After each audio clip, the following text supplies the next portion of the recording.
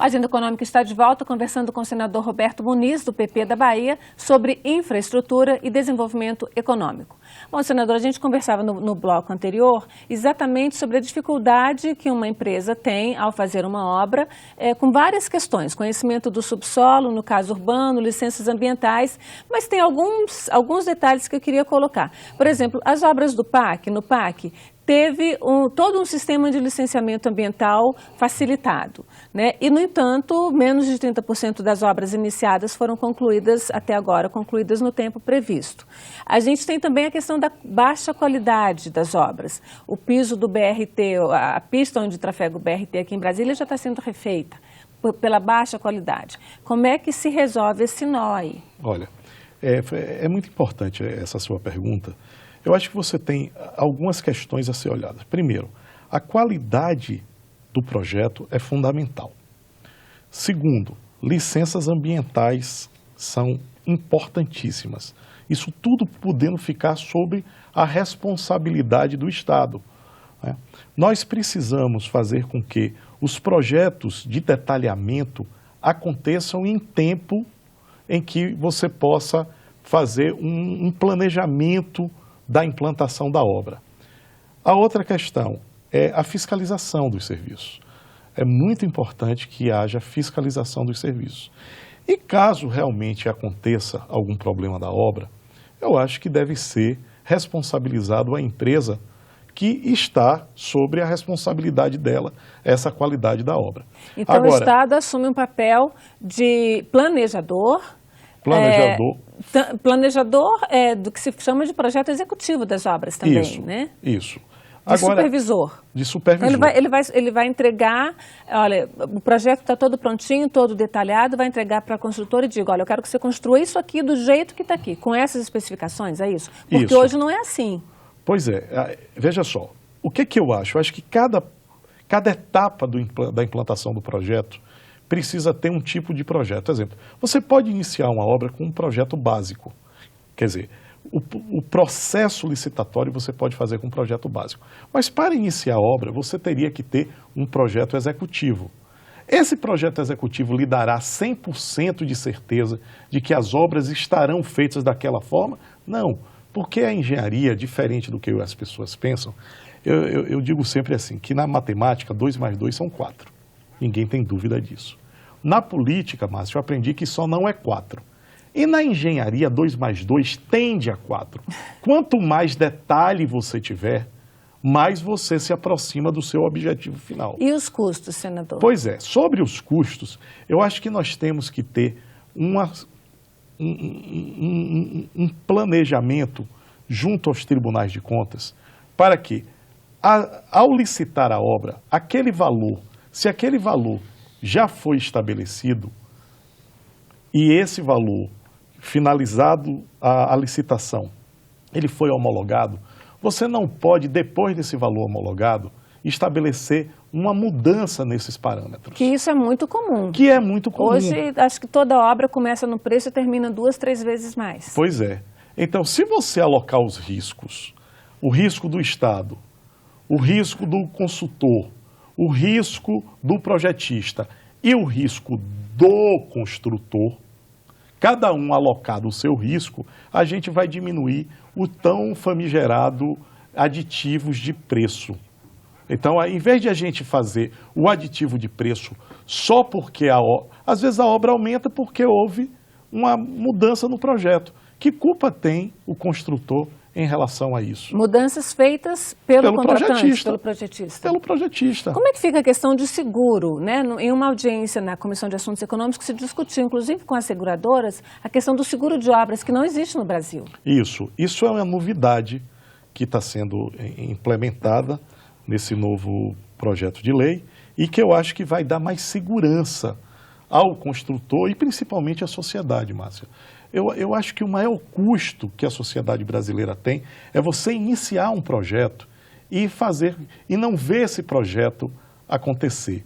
Ou seja, é o que eu digo sempre, do que vale você ter uma adutora se a água não chega na torneira das pessoas?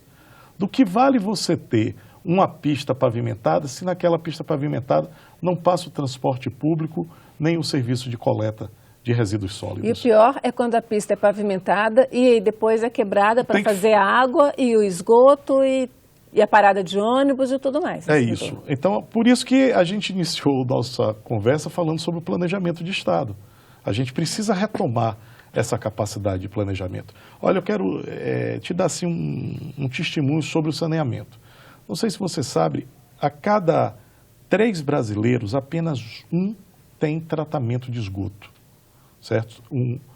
A cada 2 brasileiros, apenas um tem coleta, o outro não tem coleta de esgoto. Então, nós vivemos num verdadeiro apartheid social na questão do esgotamento sanitário. E aí, o que é que acontece? Quando você vai ver as obras do PAC no saneamento, elas demoram quase em torno de 7 a 8 anos entre o início, desde que o governo federal estabelece a parceria com o município e com o estado, até a conclusão. Quando conclui, né? Você está colocando esse número de 30% no PAC 2, hoje no PAC 1 deve estar algo em torno de 80%. Né? Mas eu acho que o que a gente precisa saber é, será que aquele serviço poderia ser gerido por uma empresa de iniciativa privada? Será que ela não poderia dar um melhor preço? Ela não poderia gerar um melhor serviço para a comunidade e para a sociedade? Eu acho que a gente precisa, né, nesse momento, aproveitar a crise, porque quando o Estado tem dinheiro, Márcia, ele não consegue conversar com a sociedade. Crise é um momento importante para diálogo.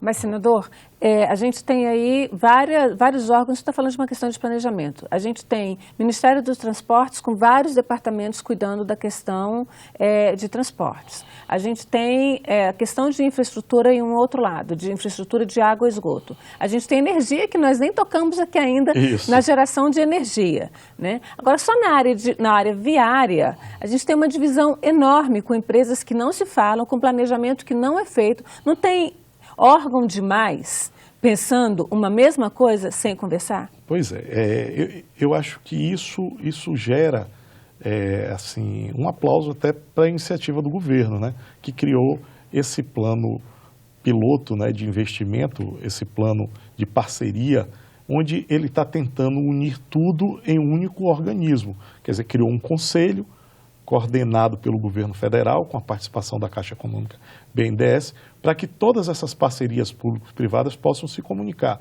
Veja só, Márcia, eu passei um tempo como secretário de Estado na Bahia da Agricultura. Como é que nós temos a agricultura como um carro-chefe da exportação do Estado brasileiro e a gente tem dificuldades de escoamento em diversas regiões? Eu acho que isso... Ou pior, escoa por caminhão, né? Ou escoa por caminhão. Então, nós tivemos 10 anos com possibilidade de fazer grandes investimentos, né, na área de infraestrutura. Fizemos escolhas, eu acho que, às vezes, equivocadas. A gente quer fazer muita coisa e deixa muita coisa pela metade. Exemplo, lá na Bahia mesmo, nós temos o início da transposição do Rio São Francisco. Até agora as obras não acabaram. Nós começamos também a FIOL, que é a Ferrovia Oeste-Leste. As obras não acabaram. O Porto Sul, que vai dar suporte à chegada dessa ferrovia, as obras não iniciaram. Mas por que as obras não acabam, senador?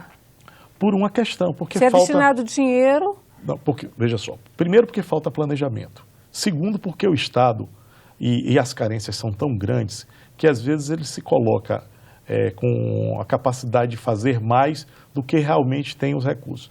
Quando a gente fala que tem dinheiro, essa não é a realidade do cotidiano. Nós estamos numa grande crise fiscal. Essa grande crise fiscal, para mim, pode nos gerar uma oportunidade muito grande para a gente fazer melhores investimentos. Então, falta definição de prioridade. De prioridade. Dentro da escassez toda. Dessa escassez, isso aí. A escassez pode nos gerar essa oportunidade para você priorizar o que realmente a sociedade precisa. E o que o senhor acha que é prioridade nesse momento em termos de infraestrutura no país? Eu acho que nós precisaríamos, primeiro, terminar as obras de mobilidade que foram iniciadas no PAC, porque a gente precisa fazer com que os nossos grandes centros urbanos tenham capacidade de dar uma melhor qualidade de vida para os trabalhadores.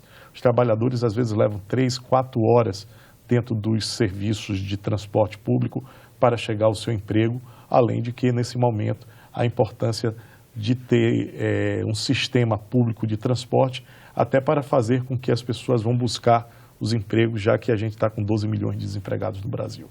A outra questão, nós precisamos fazer com que as áreas de produção do nosso país tenham escoamento barato, diminuir o custo Brasil do transporte para os produtos agrícolas. Isso é de fundamental importância. Terceiro, melhorar a nossa malha viária, os nossos aeroportos e diminuir o custo dos nossos portos. Eu acho que se a gente colocar uma visão específica de onde a gente produz a nossa riqueza, de onde está o PIB do nosso Brasil e o que é que a gente pode fazer criando a possibilidade de escoamento desses produtos que fazem parte dessa cesta de produtos de exportação, a gente precisa ganhar mais mercado externo. E isso só vai acontecer se a gente diminuir o custo Brasil. Mas isso, sem dúvida, vai ajudar o mercado interno com a geração de empregos também, né? Sem mercado interno também a gente não vai veja adiante. só, eu acho que a gente está, nesse momento, é muito importante a gente trazer dinheiro novo, Márcio. Eu acredito que, pela falta de recursos do Estado brasileiro, a atração de empresas, a atração de novos investidores, fazer com que dinheiro novo, né, como diz as pessoas, a gente trazer novos investidores para o Brasil é importante. É claro que quando a gente faz isso, a gente melhora a cadeia da produção nacional, as indústrias podem alocar os seus produtos também nessas cadeias, né, para que a gente possa fazer com que a riqueza traga de volta um emprego tão sonhado para os brasileiros. Senador, então nós temos muito assunto para conversar ainda, principalmente sobre esse novo projeto da Lei das Licitações Públicas que está aí em tramitação. Agradeço a sua presença aqui na Agenda Econômica. Muito obrigado, Márcio. Vamos continuar a conversa. E agradeço a você, telespectador, que nos acompanhou até aqui. Fale com a gente, deixe suas sugestões e comentários pelo telefone 0800 61 2211. Se quiser rever este programa ou indicar para alguém, acesse nossa página na internet, senado.leg.br/tv. Até o próximo Agenda Econômica.